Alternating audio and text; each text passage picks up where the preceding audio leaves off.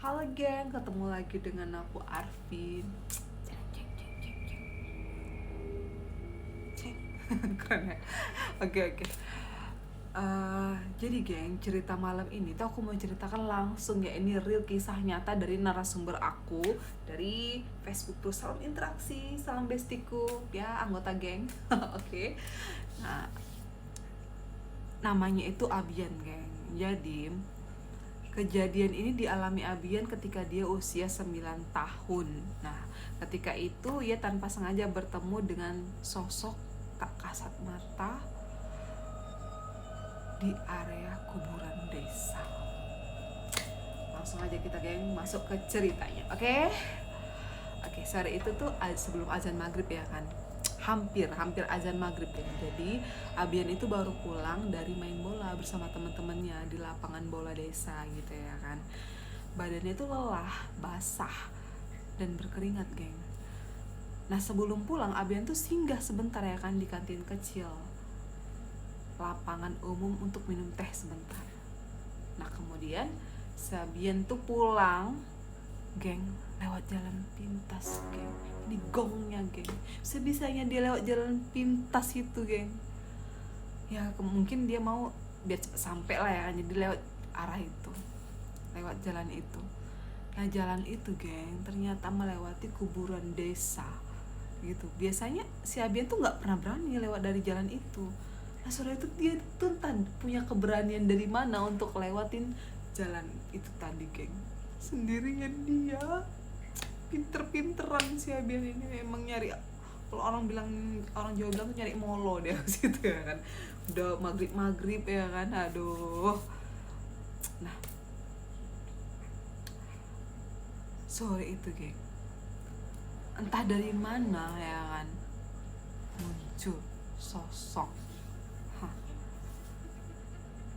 Itu pada saat si Abian masuk ke area kuburan itu geng kan, terus kayak kaki dia tuh bisa digerakin gitu, kaki kaku gitu, kaki yang tadi ini kayak terpaku gitu ya kan, nggak bisa lari, pengen lari. Dia di depan dia itu geng ada seorang anak laki-laki ya tanggung gitu, kayak tanggung lah, kayak mungkin SMP lah mungkin dia ya kan. Dah wajahnya itu pucat, wajahnya pucat kali kayak nggak ada darah geng,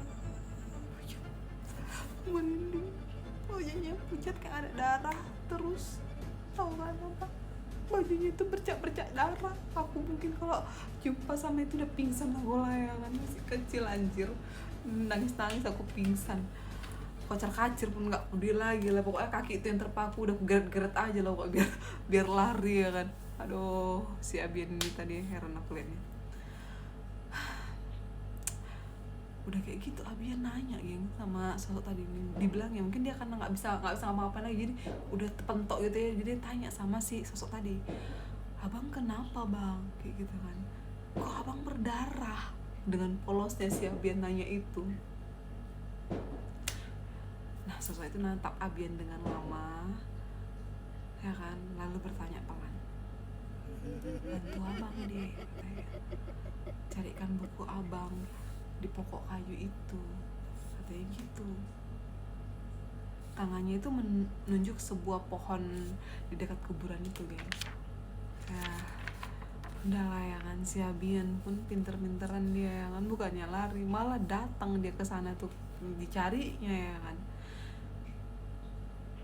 Ketemu pula geng bukunya tadi, ketemu buku diary kecil, warnanya tuh udah kusam, warnanya udah kusam gitu ya kan, ketemu. Terus dipegang sama Abian, nggak sengaja terbaca dia ya kan, karena di halaman depannya itu bertulis, ibu maafkan aku selalu menyayangimu, jangan lagi mencariku, aku sudah tenang di sini. Abian menyerahkan buku itu kepadanya, namun sosok itu geng nggak mau gitu, menggelengkan kepala, dia nggak mau katanya. Dia minta tolong sama si Abian untuk menyerahkan buku diary tadi itu kepada orang tuanya gitu.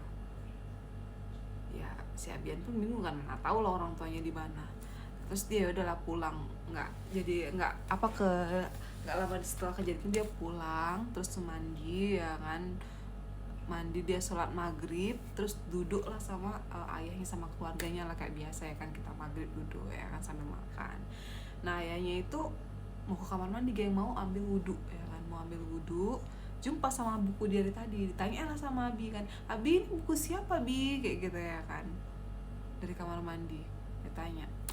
Nah terus si Abi cerita kejadian tadi gitu. Nah malamnya itu setelah abis cerita kan abis isya tuh, namanya anak kecil ya, aja tidur, abis isya dia langsung tidur. Nah pas dia tidur geng, itu antara sadar dan nggak sadar, kalau kita bilang tuh kayak ketindihan gitu ya kan, cuman kalau bahasa dokter kita nggak tahu apa ya kan. Jadi itu dia macam ketindihan, dia ngelihat di sampingnya itu, di samping tempat tidurnya tuh ada sosok yang tadi geng, ada abang-abang tadi datang gitu ya kan, matanya menatap Abian geng gitu ya, natap dia dengan tajam. Oke, dia minta agar bukunya tadi itu cepat diberikan kepada ibunya gitu. Dia nggak mau pergi, tatapannya berat, dadanya si Abian itu sampai sesak ya. Kita kalau misalnya itulah, kalau misalnya ketindihan kan sesak gitu ya kan, mau jerit nggak bisa jerit, mau apa semuanya, cuman ya mungkin di situ ayahnya denger Abian, mungkin dia busa-busa atau macam ngomong juga ya kan sama sosok tadi kan, ayahnya denger gitu ribut-ribut, dibukalah pintu kamarnya si Abian tadi nih geng.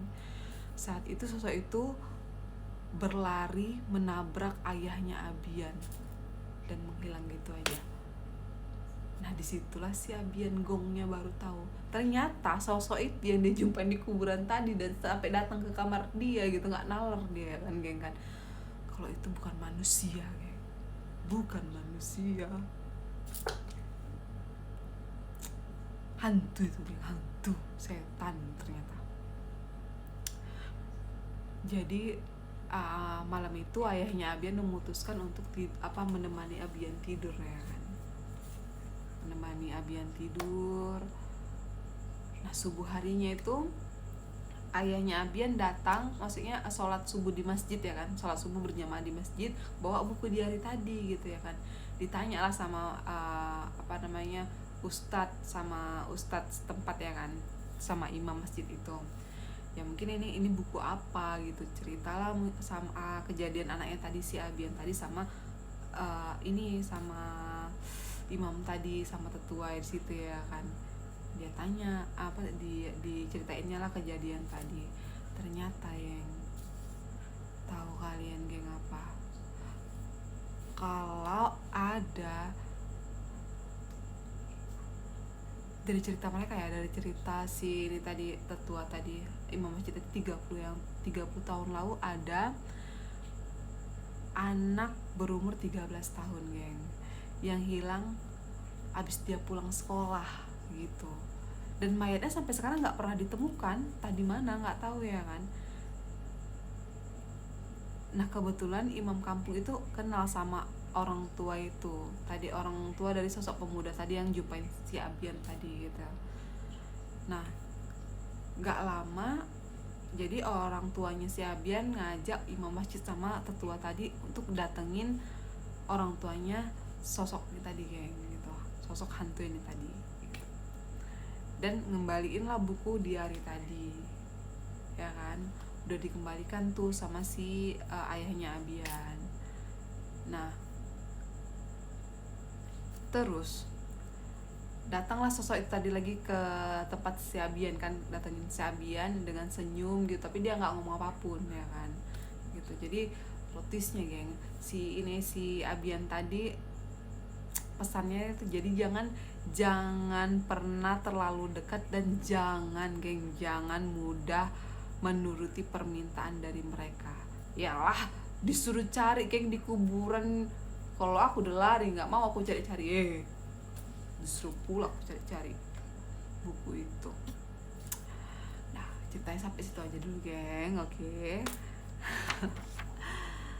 Nah kalau kalian geng punya pengalaman yang serupa, tuliskan di kolom komentar ya geng ya. di sini kolom komentar. Jangan